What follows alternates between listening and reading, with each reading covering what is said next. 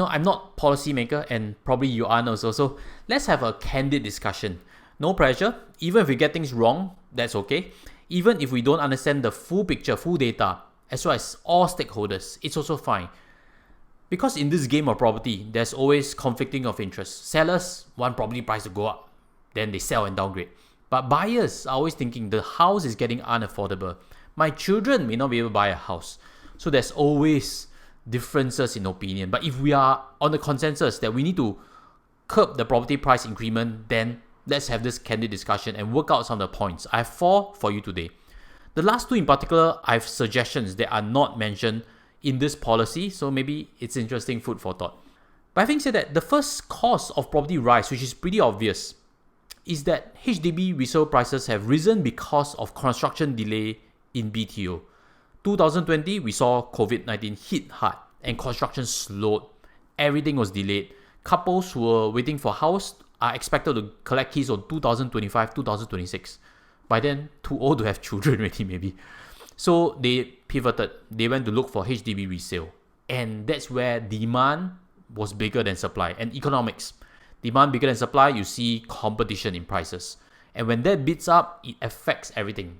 Private properties start to get higher also. So that's one pressure point. And government has addressed that by right now announcing that they're going to ramp up hard on BTO. And maybe attract back some portions of couples who are younger that can wait that 4-5 years back to that market. So that could be addressed already, which leads to the second cause of this property rise, Enbloc pressure. Now in this whole cooling measure, one thing to note is they have actually raised the TDSR for entities from 25% to 35%. And what does this actually affect? Is, developers when they buy the land, they actually have to pay this TDSR for any amounts of units that they are unable to sell in 5 years. So they have a time pressure. It's like a time bomb. Tuk, tuk, tuk, tuk. You didn't sell it, penalty. That is why some property developers have taken private, single owner, instead of being an entity, just to avoid this hefty stamp duty. So property developers are pressured to not ask too much in terms of selling price, to really clear out units within the 5 years. And that is to really create prudence in land banking, because if they start bidding up en bloc sites, they flush 1,000 old unit holders with money, and they are going to flush that money back into the market. So that's how the cycle actually works. If you are kind of new to hearing this, en bloc site frees up money, a lot of people go into HDB resale, a lot of people go into condo resale, and they start buying up again. So everybody sees that pressure or swarm in terms of capital in. So indeed, government has addressed the en bloc pressure, and my personal opinion is that is a good move, and that should slow the en bloc. Because if you see data over here, you realize that there's more than 10 completed en bloc already. And the latest one was actually done in December. December had 2, in fact. One was the piece mentioned one, which is more than 500 million. So big size ones are coming. And if they didn't prick the bubble right now, I wouldn't be surprised if there was $1 billion plot that actually moved in 2022. So let's move back to some key points which I think was not addressed properly. On the big picture, cooling measures come in, tightens the borrowing ratio a little bit, but I guess the very common understanding on the ground between young working adults, couples, is this concept of decoupling, and I think it needs to be addressed. ABSD is forcing decoupling, and increasing ABSD from 12% to 17% is not much of a difference. You can in fact increase to 27%.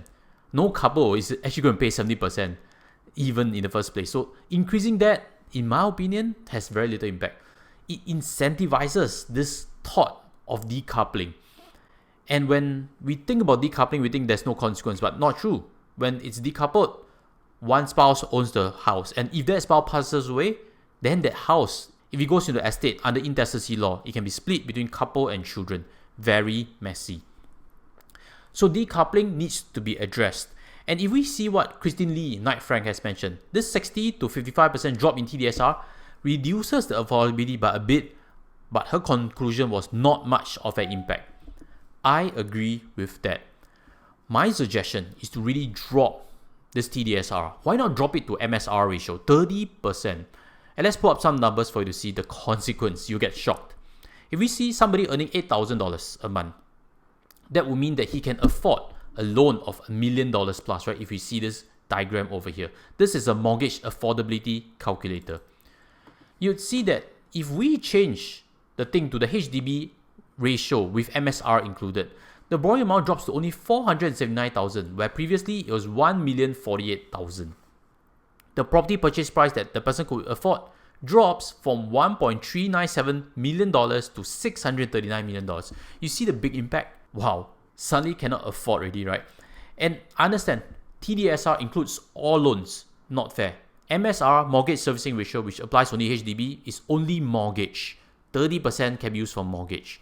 So maybe 30% TDSR is a bit too extreme, but you get my point. TDSR, you drop it way bigger, it affects the credit ability. Then couples won't think about decoupling too much to buy property because anyway can't afford. But I'm not trying to say don't buy. It's not true also.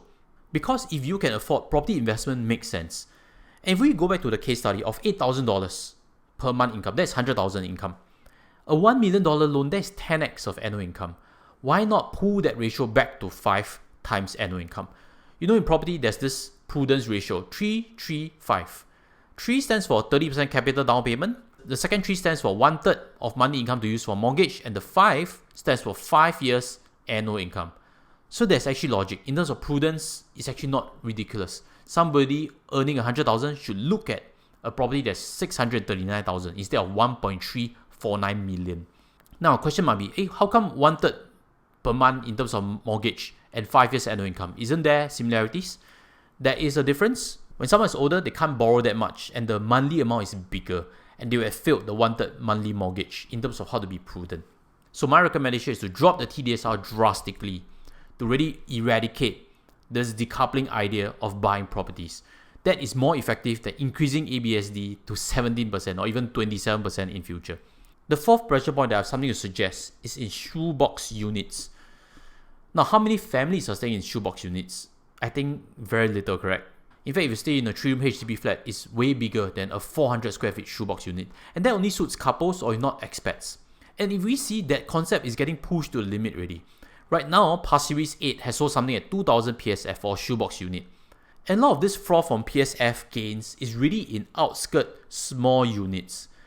Flashback 2005, for example, a Pasir Ris unit is probably at 500 PSF. 500!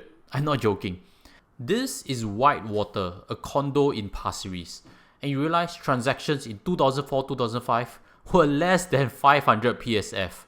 Of course, these are slightly bigger units, but you get my point. Again, the PSF climb, because of a shoeboxing, is really a big issue. It's really skewing the index. So how can we tackle that? Why not create a seller stamp duty for units less than 1,000 square feet? Because they are not pro-family in any case. You can have 2 kids in 400 square feet. That's ridiculous. You'll bump into the wall in no time when a kid kicks the ball. So is it really crazy or not? You think about it. Because if we see in terms of now the new prime location, BTOs, the PLH scheme, it's 10-year MOP anyway. Why not do a seller stamp duty for 10 years? If you sell in 10 years, seller stamp duty. If you sell after 10 years, you're done rental, then that's great. You are a prudent, qualified investor in Shoebox unit. That's fine. 10 years within, you're going to be hit with SSD. That will again curtail demand for Shoebox units and really make developers think twice about doing this kind of units anymore. Now, you might be thinking, not fair. HDB rooms are getting smaller also. Why hit me with a seller stamp duty if I'm keen on a Shoebox unit? Then maybe a formula can be, why not pack the seller stamp duty for units that are smaller than the average 3-room HDB? So if average 3-room HDBs become smaller, then this seller stamp duty is tied to that average size. Fair? Then we're always building homes pro-family and not building units that are so small that is purely for speculation. And sometimes the buyer is not even thinking about rental. They're just thinking of capital appreciation and then flip it out. So I've raised some points. Do you think they are good points? Leave them in the comment sections. I'll be keen to hear from you. And if you think you've learned something from this discussion, smash the like button, smash the subscribe. I'll be launching more videos in subsequent weeks on how you can perceive property investments and how you can work towards your own retirement.